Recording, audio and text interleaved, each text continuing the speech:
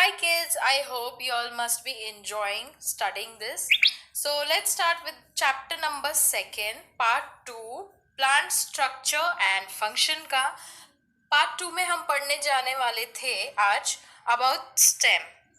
So let's start with a very interesting fact. Do you all know? So ये block में क्या है देखेंगे. Roots emerging from the trunk and branches of a banyan tree grow towards the soil.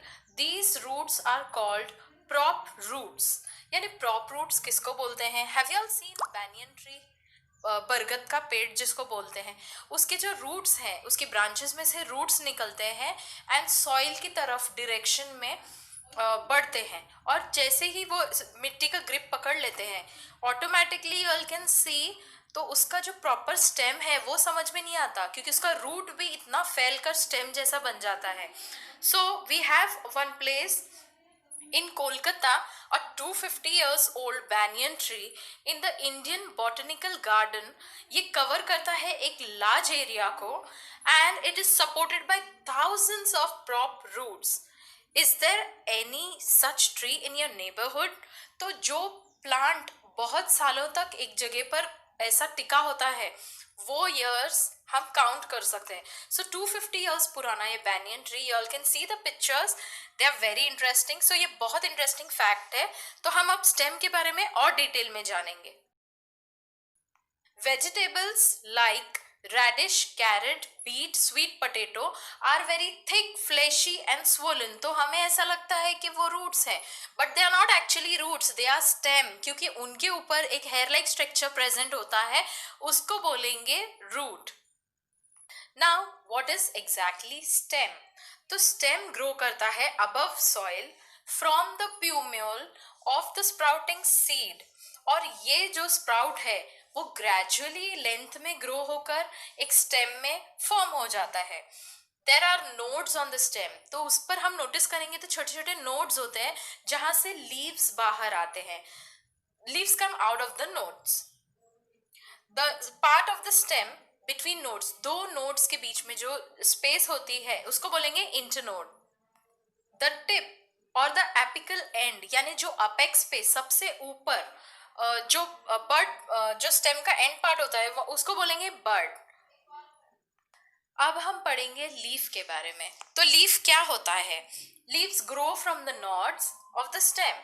ठीक है, तो stem में जहाँ पे नोड्स होते हैं वहां से लीव्स आते हैं. लीव्स कैसे होते हैं? They are generally thin, flat, green in colour.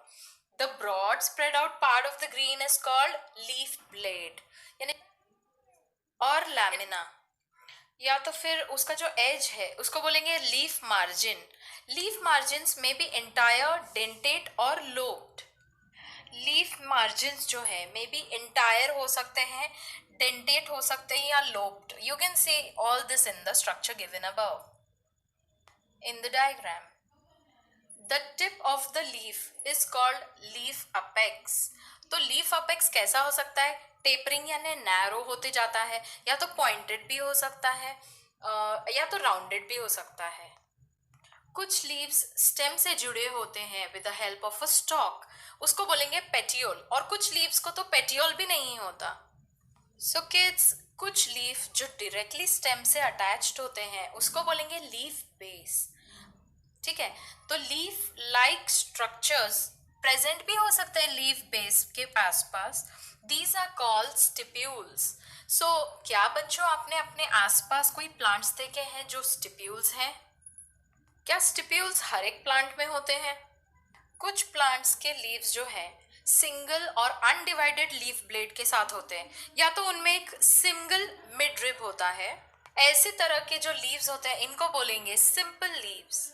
और कुछ लीफ ब्लेड्स बहुत सारे होते हैं लीव्स के अंदर, बहुत अलग अलग divided into small small parts होते हैं, इनको बोलेंगे लीफलेट्स.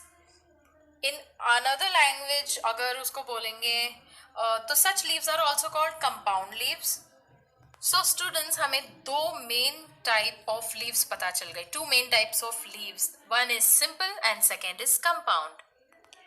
अलग अलग प्लांट्स में अलग अलग अरेंजमेंट होता है लीव्स का on the stem.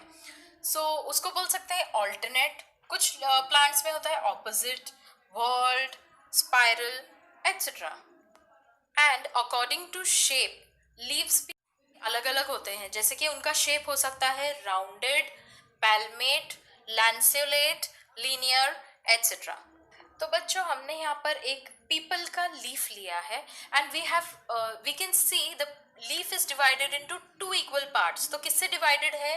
Bye a single when, या तो बोल सकते हैं एक मिड लाइन जो लीफ के बीचों बीच से गुजर रही है। सेकेंडरी वेन्स जो है ये मिड लाइन से मिड वेन से होके डिवाइड करते जा रहे हैं और इसके कई सारे ब्रांचेस, जैसा कि एक नेटवर्क ऑफ ब्रांचेस गुजर रहे हैं।